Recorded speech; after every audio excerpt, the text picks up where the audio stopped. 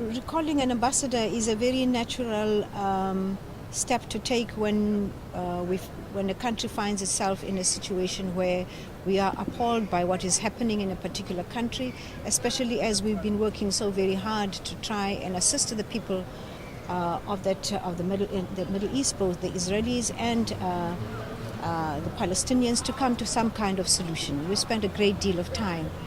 The conflict there, we find, resonates with our own situation when we were under apartheid.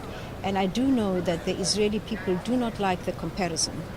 But the comparison is in the context that it took the world, and the world standing up to support us as the ANC, and the world saying to the South African government then, this far and no further, that we were able to make the kind of progress that we have made.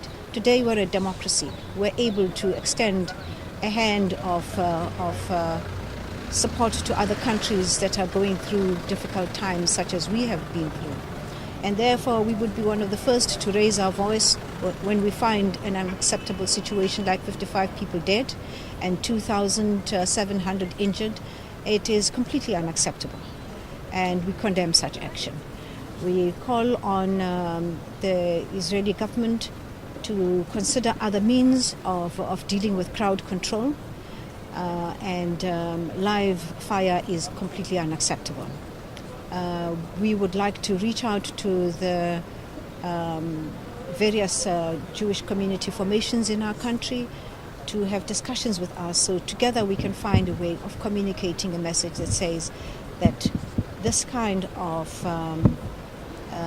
situation does not help the resolution of their problem. Hard force does not help the resolution of any problem.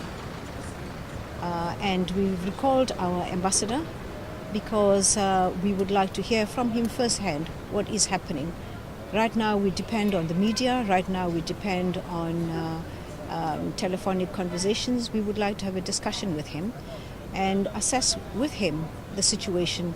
From there we will be able to take a definite decision on what to do about a resolution that was taken by the ANC that we should downgrade the embassy, the Israeli embassy.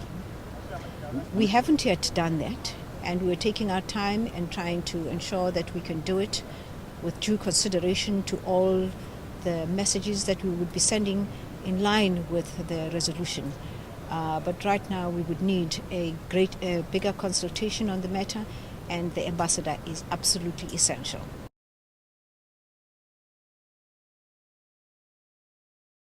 Well, we haven't had that discussion. We recall the ambassador precisely so that we can have that discussion. At the end of that discussion, we'll probably have a press conference and we'll indicate what our intention is and what the next step will be.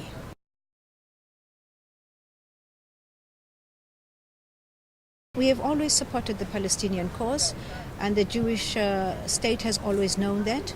We've always taken into consideration their rights as well. Our policy towards them is that of a two-state solution, and we've made that very clear at all times. So we're not discriminating against anybody, but we have a particular empathy for the situation in which the people of Palestine find themselves, because we have been through something similar to that. And we want to reach out to them and say, you do have friends. When we needed friends, when we were in the struggle, we found friends. And we would like to be those friends to those people who are suffering right now.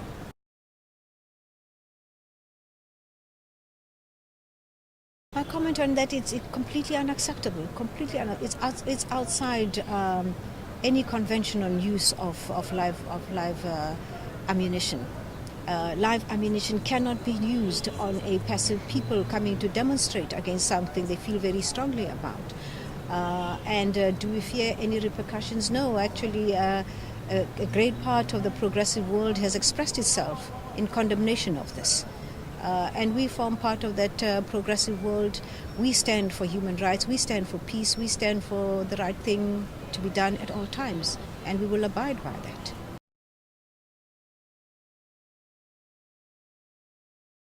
I think it was unfortunate, and we've used every diplomatic avenue to express to the Americans that it would be a tragic step to take. But over the period that we've been reaching out to them, it has not helped. Yesterday I spoke to the my counterpart, the Secretary of State, American Secretary of State. But by the time I spoke to him, which was 10:30 last night, the move had already taken place. So it was a fait accompli. Perhaps if I had spoken to him earlier, I might have a different answer. I don't think so. I think the decision had been taken, and the decision was carried out yesterday.